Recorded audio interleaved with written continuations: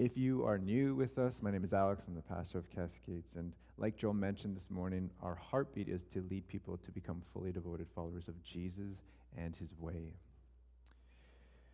I wonder if you've ever been pushed to do something that you knew you needed to do but were afraid of doing. My son, Isaiah, yesterday we've been doing these swimming lessons at Bonzer Community Center there, and he's like me, so he's a little bit cautious, and he doesn't totally know how to swim yet, but one of the things that he was being pushed to do yesterday was jump off of the little launch pad into the pool. And it was really hard for him, so I had to give him some incentives. Incentives being, hey, if you do one jump, I'll give you my Timbits. If you do 2 jumps, I'll give you a popsicle, these Melonia mango popsicles that are like delicious, and he loves them, right? So even with those incentives, it was difficult. Yet he knew he wanted to. It's just really hard for him. He was afraid of, if you've never jumped into the water from a high height, it's kind of scary. And you're a 5-year-old, right? Well, some of us experience that even when we're not 5, and it might not be about swimming, but it might be something else. See, as Jesus calls his people to go out into the world as heralds of a new way of being human that he is establishing, it can be scary, it can be difficult. To be a follower of Jesus is to be this outward-focused agent of the kingdom, inviting people to know Jesus and embrace his way. And yet, as we looked at last week, if you prioritize Jesus and his way of relating to other people, you will experience suffering. That's what the last beatitude was all about. And our passage today is kind of like this mother bird pushing the young birds out of their nest, pushing them out to fly. And it's scary. But here's the thing, flying is central to being a bird. It's who they are. Birds fly. They don't run. They don't kind of just glide through the air. They don't sprint. They fly. That's what birds do. And Jesus is doing something similar with all of his people. He makes this declaration about who we are, and then he pushes us out. So the big idea this morning is a very simple idea, but it is that you exist for the world. Disciples of Jesus exist for the good of the world. That's what Jesus is talking about when he uses these 2 pictures of salt and light. You are the salt of the earth, you are the light of the world. Salt and light, they communicate the same idea, that you exist for the world. For what purpose? What purpose? You exist for the world, but for what? Well, I think as we begin to look closer at salt and light, we begin to discover something very and deeply encouraging, but also concerning and challenging. So let's look at you are the salt of the earth. Salt had many different uses in the ancient world. Salt, one, was a preservative. It slowed, in a world with no refrigeration, it slowed the decay of meat or fish, and so it would be rubbed into these types of different meats and things. And Jesus, in one sense, might be saying that he wants us to have a slowing effect on the moral decay of our fallen world. Salt was also a seasoning, something you'd add on to, say, bread or something else. Jesus wants us to be seasoning, an enriching flavor to this world through our presence. It was also used as a fertilizer when applied to some soils. So Jesus maybe wanted his disciples to enhance the growth of God's work in our world. And fourth, it was used as a means of enacting a lasting covenant. In a covenant ceremony, a covenant was basically a formal agreement between 2 different people or groups of people in terms of how they would interact with one another. And salt would be used to enact that covenant, that agreement between 2 parties. And one of the fundamental ideas of salt is this idea of permanence then. And so there's these different uses for salt. And if there were so many different uses, which one was Jesus talking about? Well, common interpretation is that Jesus is not talking about one specific use, but actually talking about its broad and varied use, because salt is vital to everyday life. Now, up until this point in the Sermon on the Mount, which is where we get this passage, Jesus has started with this picture of the Beatitudes. And the Beatitudes are him outlining of what happens to people when they come into contact with him. And now we're getting this picture of this next part here. You're salt, you're the light of the world. You are the salt of the earth because you've come into contact with me, he says. You matter, and your presence is necessary in our world. You exist for the good of the world, and the life you have in me is vital for persevering, for preserving, for seasoning, fertilizing this world and the different people you will meet and different situations you will encounter. But then Jesus says something kind of weird, right? He says, if salt loses its saltiness, how can it be made salty again? It's no longer good for anything except to be thrown out and trampled underfoot. Now, what's weird about this is salt cannot lose its saltiness. If anybody here is a chemistry or science major, I am not, but I know this. Salt is a sodium chloride. It's a stable compound. It doesn't change. It doesn't lose its saltiness.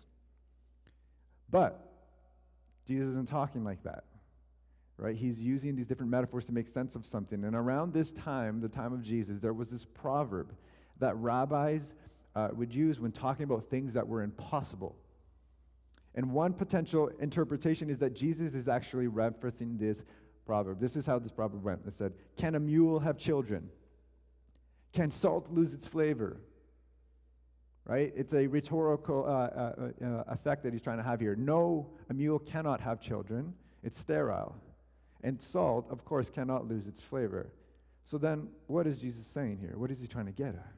He's saying that if you are my disciple, it is impossible to lose your saltiness. You can't lose it. It's something that I give to you as a result of coming to me. True disciples cannot lose what made them disciples. What makes you a disciple of Jesus? It's this decision to trust and follow Jesus. You've heard his invitation, come and follow me, and I'll make you fishers of men. And you've actually responded and said, I'm going to follow you.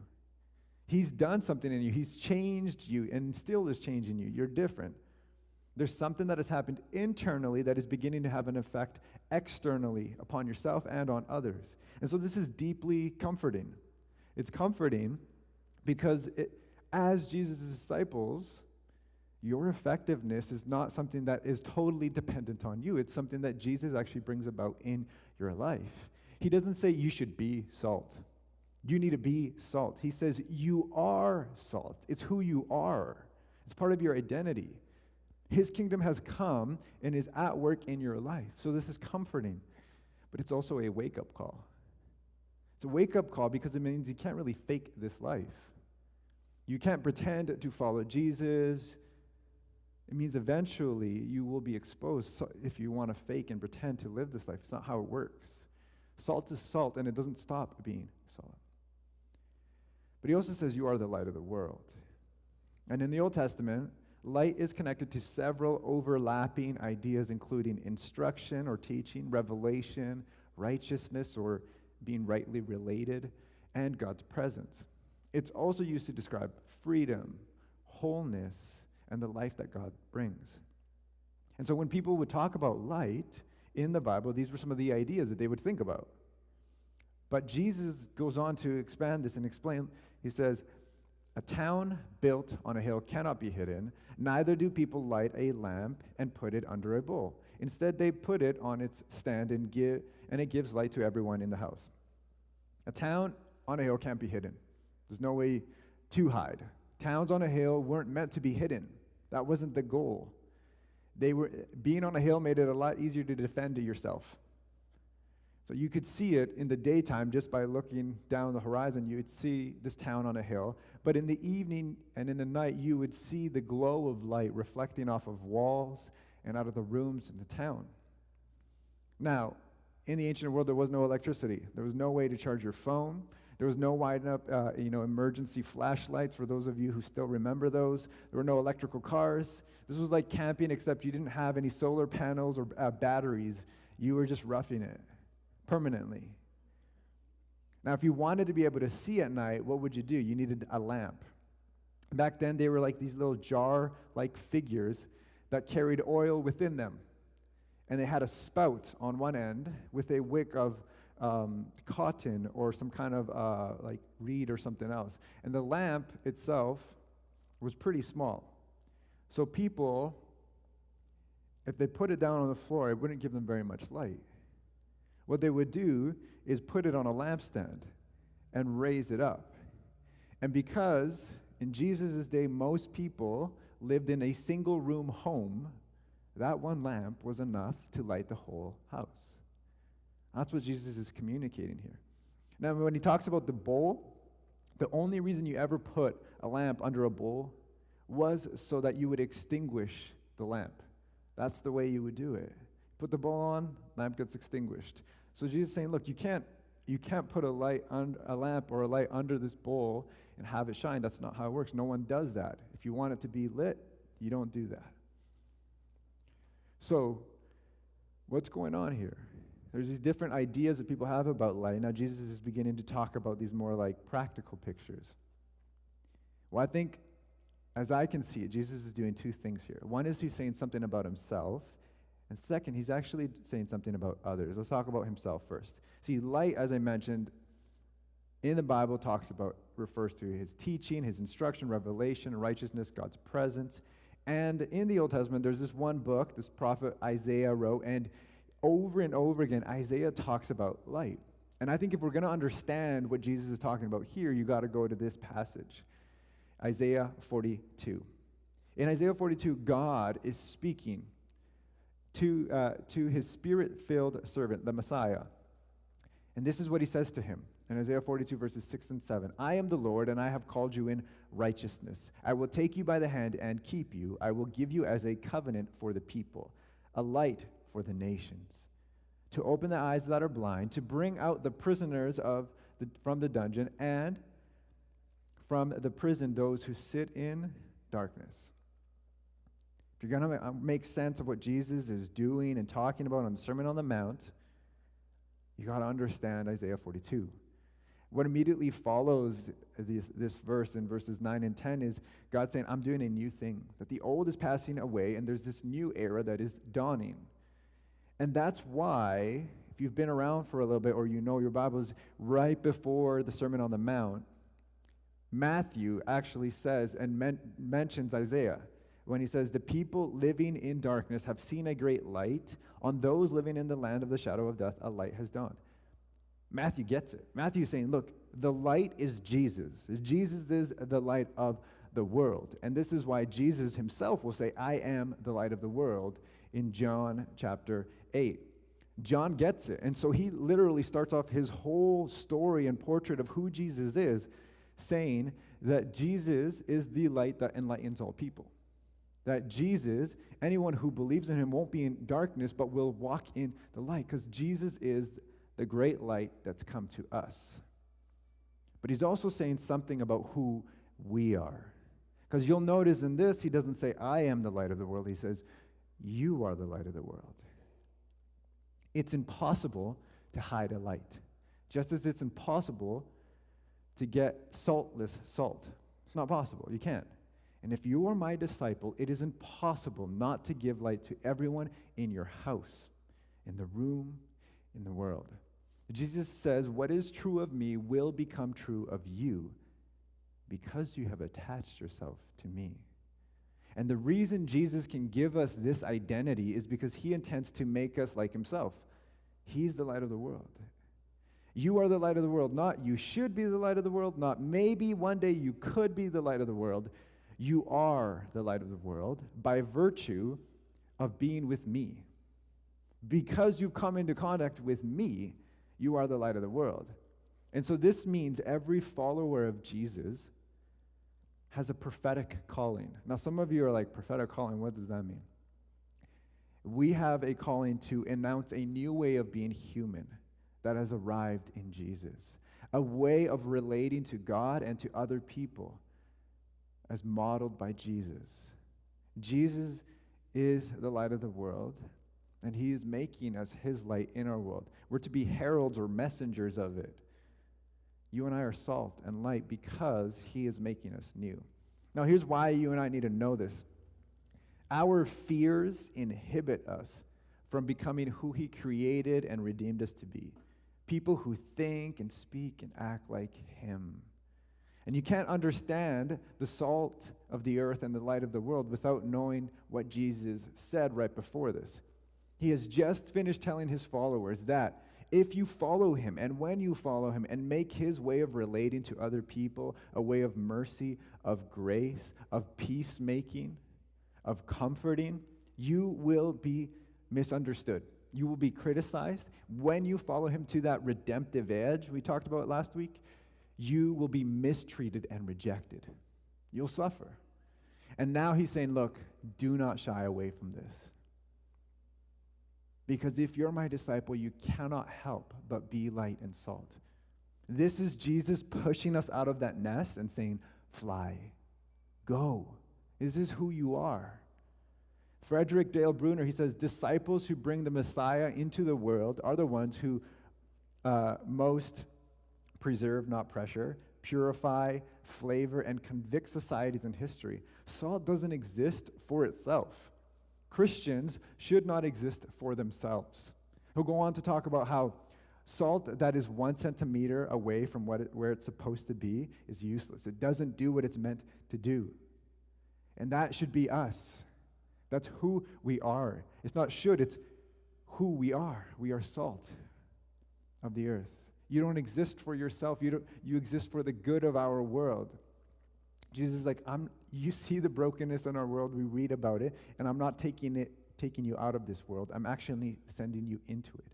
So don't hide. Don't pursue comfort. Don't just stay concerned without actually engaging in the world. Don't remain cautious. Go. It's who you are. You are light. You are salt. You exist for the good of the world.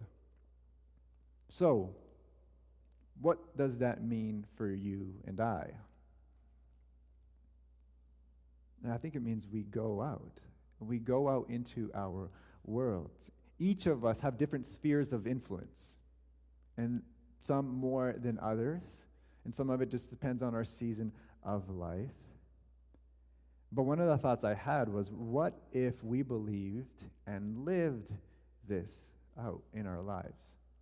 But if we really believe that we are the salt of the earth, the light of the world, and we live this out in our spheres of influence, in those relationships and places that you and I actually regularly spend time in and amongst. And as I was thinking about this, there were 4 places. There's definitely more, but I just thought 4 that are pretty common for all of us. Not all of us are going to be politicians. Not all of us are going to be running really large businesses. But I think these 4, all of us have some involvement in. So let's look at this first one, your home. Your home with your family or your roommates. Let me ask some questions, and as I ask them, just spend time thinking about how you might answer them. Husbands and wives, what would your marriage look like if you were salt and light to your spouse? What would it look like? I think you'd be united. You would relate to one another the way Jesus relates to you. You would be deeply interested in being rightly related to one another. It would matter to you. You wouldn't be okay with living in conflict, not having resolved the things that have gone on that week. You would not be distracted. You would be present physically, emotionally, spiritually. You would forgive and you would receive forgiveness. You would be all in. Parents, what would it look like if you were salt and light to your kids? I think it would look like when your toddler is tantruming, and this one hits close to home.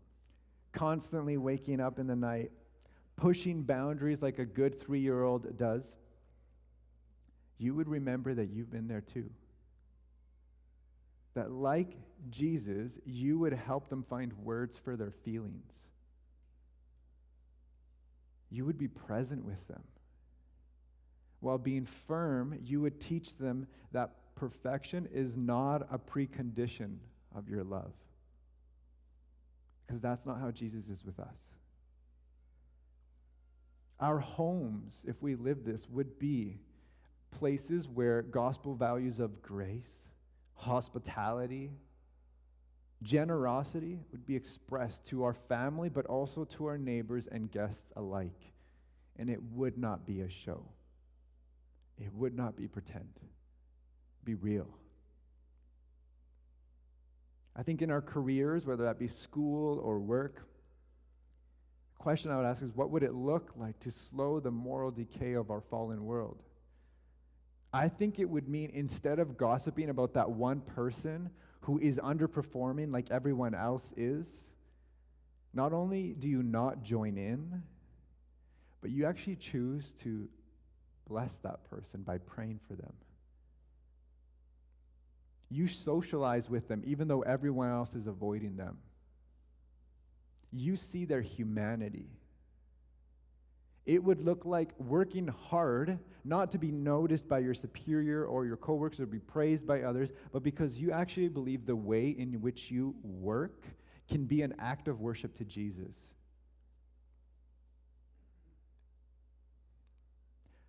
Online, every single one of us, probably the I don't think it's a good thing, but the grand majority of us, one of the first things we reach for when we wake up. Our phones. It's also our alarm for some of us, right? And for some of us, we just live on it. What would it look like to be rightly related to Jesus and others online? I think one of the things is we wouldn't live online. We would actually have limits. It would mean, instead of contributing to a culture of judgment, lazy research, angry arguments, you are generous with your grace towards others. You don't know all the details, but you choose to give people the benefit of the doubt. You are actually quick to listen, not to judge. You ask questions. You give time to study. And when others go low, you actually choose to respond with mercy, giving them what they do not deserve. You bring all of your emotions that you feel as a result of the different ideas, images, and arguments that you see to Jesus, and he actually leads you through them.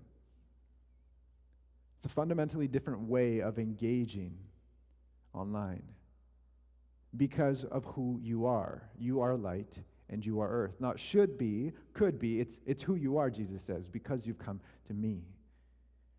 And then I think the church is the fourth one.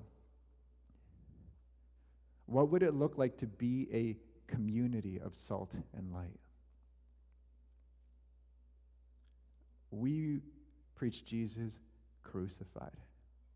Our King is a crucified King.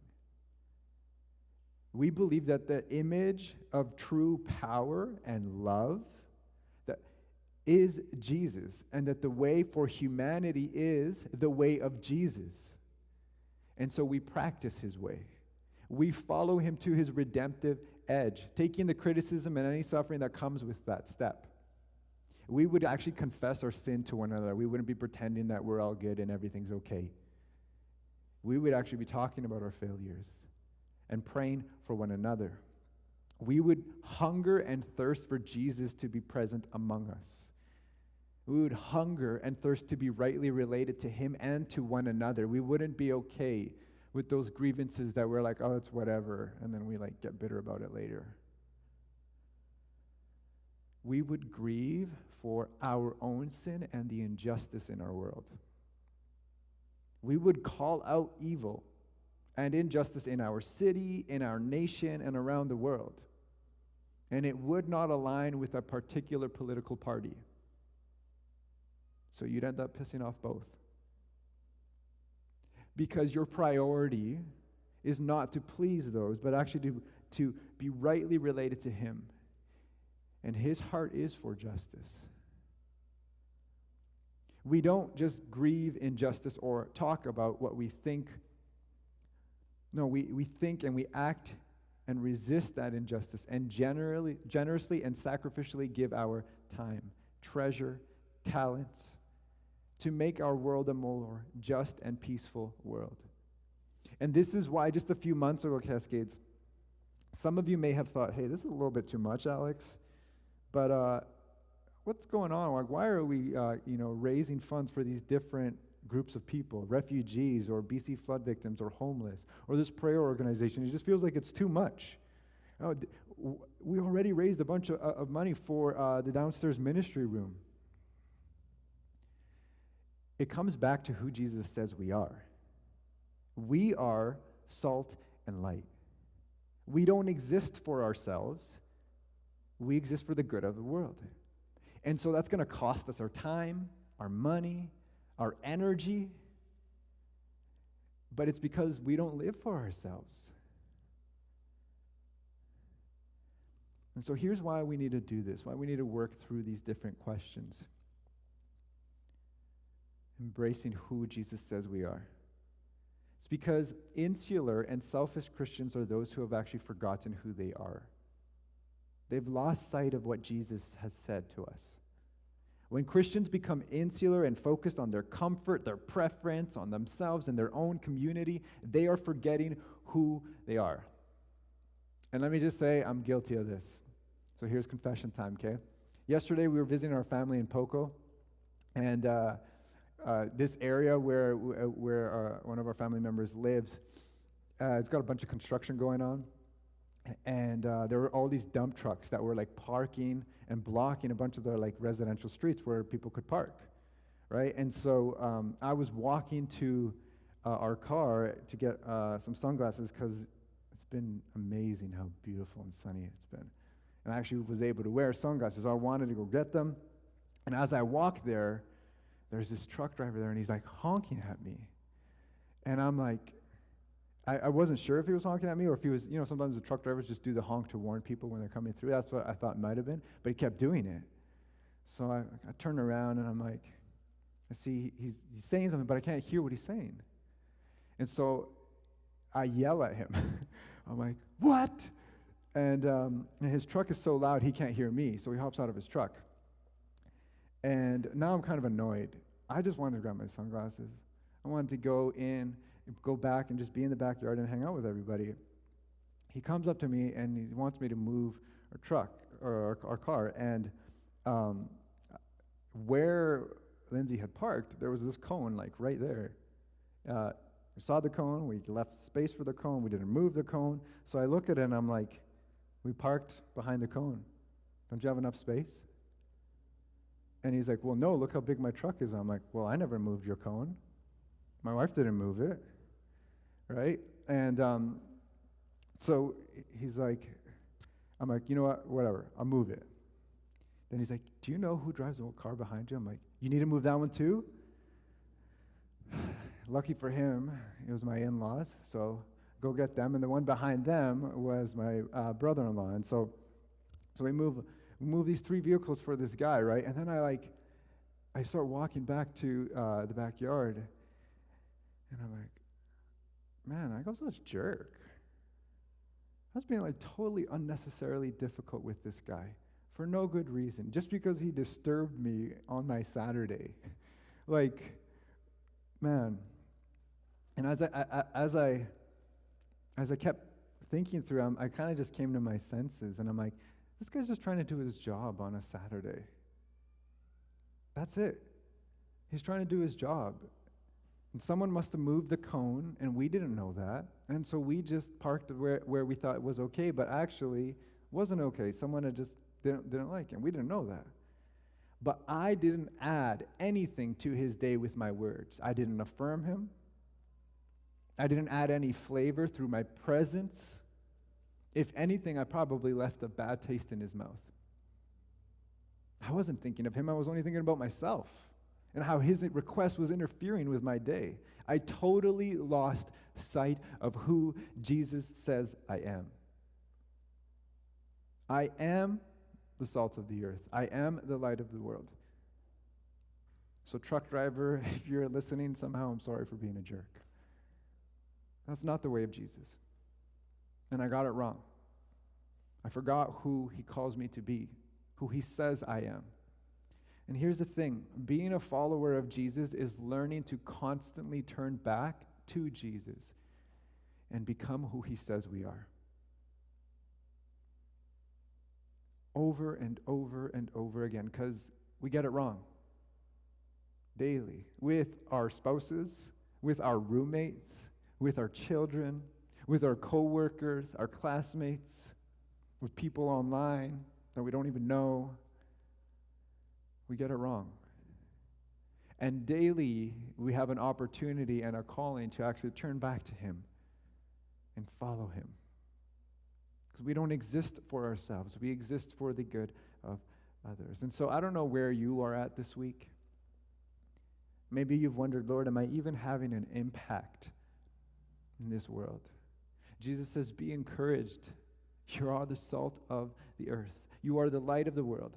Because you're with me, you'll shine. You will preserve. You will slow moral decay. You will decay. You will fertilize and enrich people's lives through your presence, your words, and your lifestyle. But maybe you're a little more like me. And you're like, actually, you need to turn back and embrace the identity that he came and died to give you. Salt, light, not blandness, not darkness. And wherever you are, one of the beautiful things